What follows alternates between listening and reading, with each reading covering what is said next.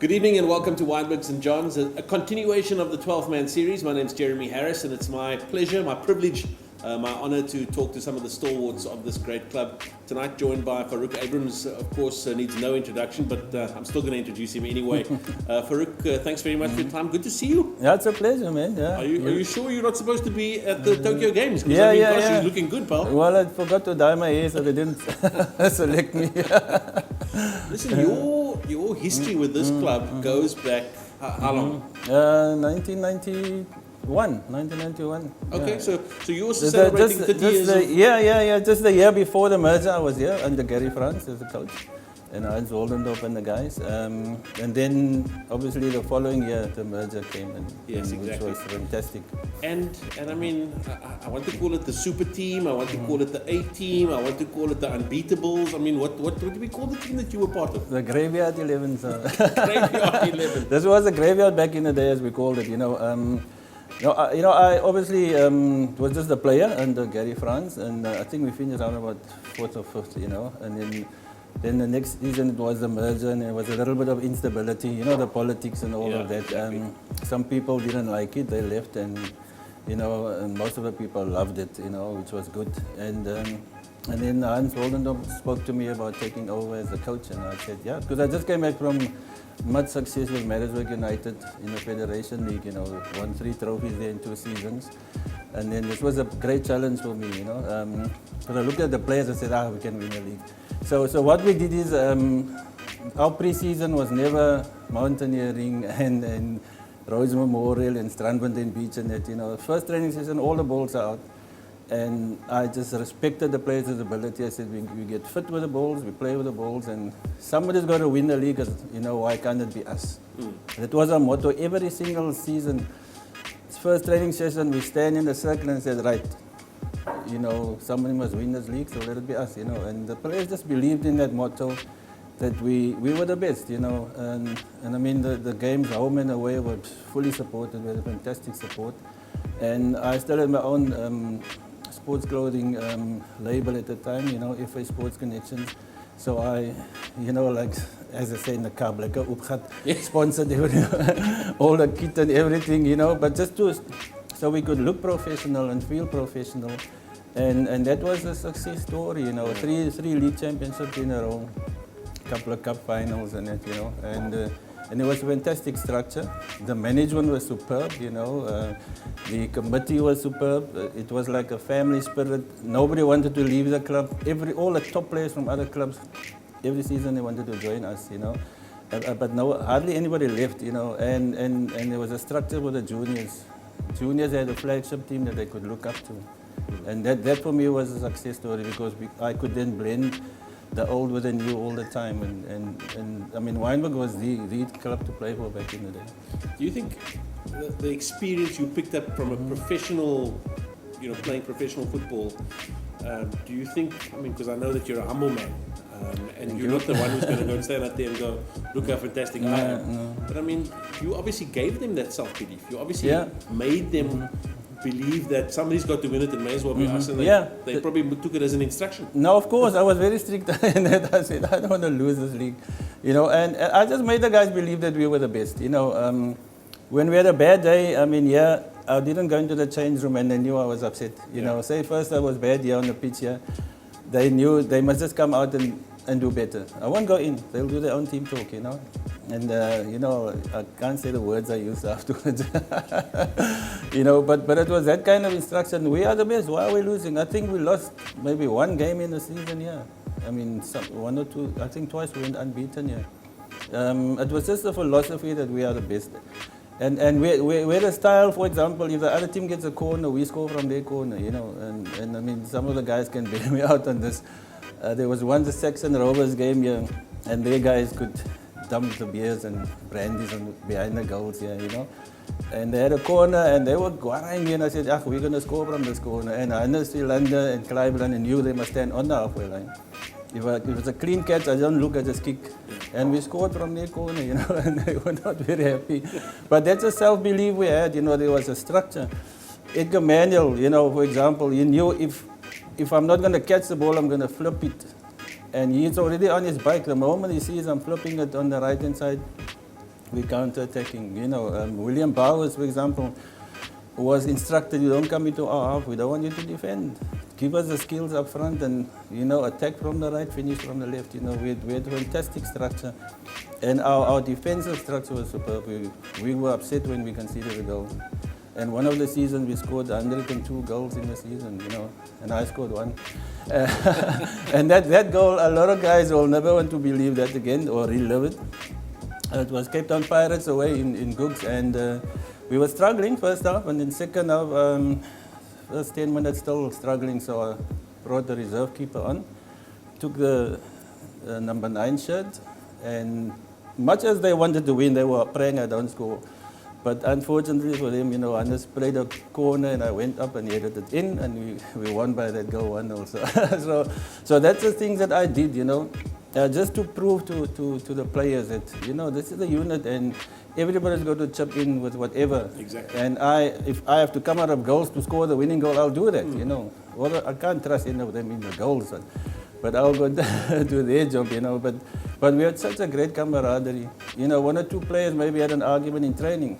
I stop it. I say, go have a beer. They come into the bar here, have a beer, and then after the training, they're friends again. Exactly. That was my man management. A squad like we had, coaching wasn't so important, although you needed some good roles in it. But it was man management, and that's always been my strength. I can get you to believe you are better than that you are, And players want to play for you when you're like that. Yes, exactly. Make them feel fantastic. Yep. Talk to us about, so that's the 90s, and I feel like I want to go back there because I'm just getting goosebumps as I'm listening to you. But talk to us about the future. Mm-hmm. So I mean, I know that you've still got the Farouk Abrahams Goalkeepers Academy, so maybe talk a bit about that, but also just the youngsters that you see on an almost daily basis. What does the future look like? Look, it's more about the structure, and I think Wynberg is getting it now. They're picking up the pieces. I think my humble opinion, back in the day when we left, and not really left, but that era came to an end, because you can only mold success so much, you know what I mean? And even the top coaches, after a while, what you're saying, the guys don't want to hear that anymore. So I've always done that, 3-4 years of success. Move on. You leave the club, but move that particular position so that freshness can come in, So, but I think they made a mistake to take the Cape Town City franchise back then, because that almost divorced the community spirit from, within the club, you know what I mean? Because there was now this so-called professional team that was almost like shut off from the rest of the club, you know what I mean? It wasn't the same blood, it wasn't the same, maybe one mother, two different fathers, for example, you know what I mean? So it was a little bit of a stepchild, in my opinion, because that sort of disrupted the flow that we left. We left a fantastic club. When I say we, I mean the players, some of them moved on, and that they should have kept that structure, I think, because what I also introduced back then is for the junior coaches, sometimes once or twice a week I would meet with them and just instruct a little bit and show them, this is how we do some training sessions, maybe try and follow that. Because a lot of parents became coaches and, they want to do their own thing, and that's why you see biryani and curry and mince breedy on a Saturday, because everyone wants to do it their own way. So the future for me, with the structure, this club, I said it to many people, should have been an academy structure already, with the facilities and the passion that the people have.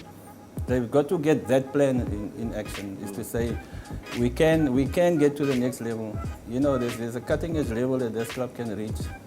But it's about doing away with unnecessary little fidgety politics and that thing, and map it out. Even get somebody in charge, obviously, who knows which direction to take, and have an identity. There's nothing wrong with Wynberg St Johns having a style of playing football. All the teams following suit, but people think it must only happen right at the top. No, because there's fantastic talent. I watch most of the games, Saturdays and that, and. Even the goalkeepers, there's a lot of the youngsters that come to the academy and they get better. You can only get better by being in our academy. You can't get any worse. And is there a special kind of a person that wants to be a goalkeeper? Is it a person that goes, I need to wear these gloves at Totem size too big for me. I mean, Yeah, you must fail matric and to become a goalkeeper. So I mean, it's as a youngster, and I mean, as you say, you see these youngsters come to you at the academy, and they want to be goalkeepers. But that's why we are the only institution like this in the whole of South Africa. There's a lot of goalkeeper guys doing certain stuff, and then, but we're the only one that's free with a life skills component as well, But we make kids believe that they want to be goalkeepers, and it's all about what happens when they step, through our gates. They see that this is nice. We want to do this, From young, we've got 5-year-olds up to the oldest guy is 35, So you want to make a comeback, we've got a plan for you as well, We've provided the Banyana team with 4 goalkeepers already. We got in the youth structures of ladies football nationally, goalkeepers. We are the supermarket of goalkeepers, we're known for that. And it's free, so there's no excuse for any young goalkeeper who wants to go somewhere not to come to us. And other than that, we do our structures. From the age of 14, you must take part in the life skills camps, and that's life skills towards drug awareness, anti-gangsterism, career guidance. We've produced kids out of football with lawyers and, journalists and, top dogs, businessmen, because our structure is there. You find us as your home away from home, Yeah. And for the last couple of years, without funding, it's a tough one. That as a registered NPO, but we struggle to get funding. So when you sit quietly in the evenings, or maybe just before practice, and you look out at the youngsters, you look at the juniors, do you feel comfortable? Do you feel like, okay, we're headed in the right direction? Not necessarily 10 out of 10, but 6 out of 10 is also a pass mark. I mean, where do you sit? How do you feel? The structure is, like I say, I'm noticing a better structure now. I notice even a simple thing as all the coaches got a coaching top on. A little thing like that shows there's a bit of self-belief now. There's pride in it, So I don't know. The future for me is about getting somebody at the top. I think personally that knows how to direct everybody in the same direction, and so that you can see the passing drills. Everybody does not exactly, to the T, but there's a similarity in the way they train, and for me, there's nothing worse than people doing shooting practice with 1 ball or 2 balls, for example. So if all the equipments are in place, then it's about the structure. There's got to be where you see 4 or 5 different age group training in a similar pattern of training, because as they advance upwards, they get used to doing, the drills and it. So that is for me the key. I know there's an under 18 structure that's looking very good, and the 16 and that. So that is your future. Yeah. Immediate now. Before I let you go, Farouk, I mean, as I say, I think of the 90s, the early 90s, and I think about your team. I'm going to call it the Unbeatables. I'm going to call it the A team. You can call it, what did you call it, the Graveyard? The Graveyard 11. The Graveyard 11. But I think we're talking about the same team of highly committed players who bought into a vision. Yes. Is there a time in the future where we can see that kind of dominance again? Yes, obviously your flagship, that's the key now. A couple of years ago they used to win the league and that, the local league, in the Super League.